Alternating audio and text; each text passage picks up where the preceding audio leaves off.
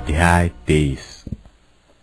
सारा की मृत्यु और अंत्यक्रिया का वर्णन।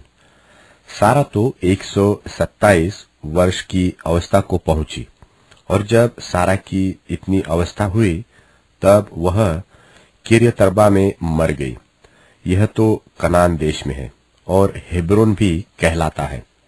सो इब्राहिम सारा के लिए रोने पीटने को वहां गया।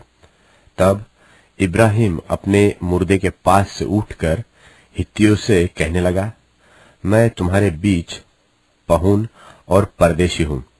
मुझे अपने मध्य में कब्रिस्तान के लिए ऐसी भूमि दो जो मेरी निज की हो जाए, कि मैं अपने मुर्दे को गाड़ के अपनी आंख की ओट करूं। हित्तियों ने इब्राहिम से कहा, हे हमारे प्रभु, हमारी सुन, तू तो हमारे बीच में बड़ा प्रधान है। सो हमारी कब्रों में से जिसको तू चाहे उसमें अपने मुर्दे को गाड़। हम में से कोई तुझे अपनी कब्र के लेने से न रोकेगा कि तू अपने मुर्दे को उसमें गाड़ने न पाए। तब इब्राहिम उठकर खड़ा हुआ और हित्तियों के सन्मुख, जो उस देश के निवासी थे, दंडवत करके कहने लगा, यदि तुम्हारी यह इच्छा हो कि मैं अपने मुर्दे को गाड़ के अपनी आंख की ओट करूं, तो मेरी प्रार्थना है कि सोहर के पुत्र एप्रोन से मेरे लिए विनती करो कि वह अपनी मकपेला वाली गुफा, जो अपनी भूमि की सीमा पर है, उसका पूरा दाम लेकर मुझे दे दे, कि वह तुम्हारे बीच कब्रिस्तान के लिए मेरी निज भूमि हो जाए। और एप्रोन तो हित्तियों के बीच वहां बैठा हुआ था। सो जितने हित्ती उसके नगर के फाटक से होकर भीतर जाते थे, उन सबों के सामने उसने इब्राहिम को उत्तर दिया कि हे मेरे प्रभु, ऐसा नहीं, मेरी सुन, वह भूमि मैं तुझे देता हूं, और उसमें जो गुफा है वह भी मैं तुझे देता हूं। अपने जात भाइयों के सन्मुख मैं उसे तुझको दिया देता हूं। सो अपने मुर्दे को कब्र में रख।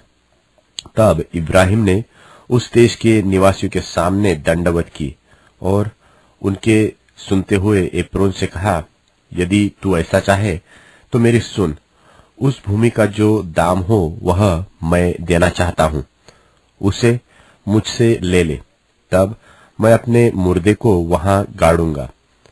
एप्रोन ने इब्राहिम को यह उत्तर दिया कि हे मेरे प्रभु, मेरी बात सुन, उस भूमि का दाम तो 400 शेकेल रूपा है, पर मेरे और तेरे बीच में यह क्या है, अपने मुर्दे को कब्र में रख।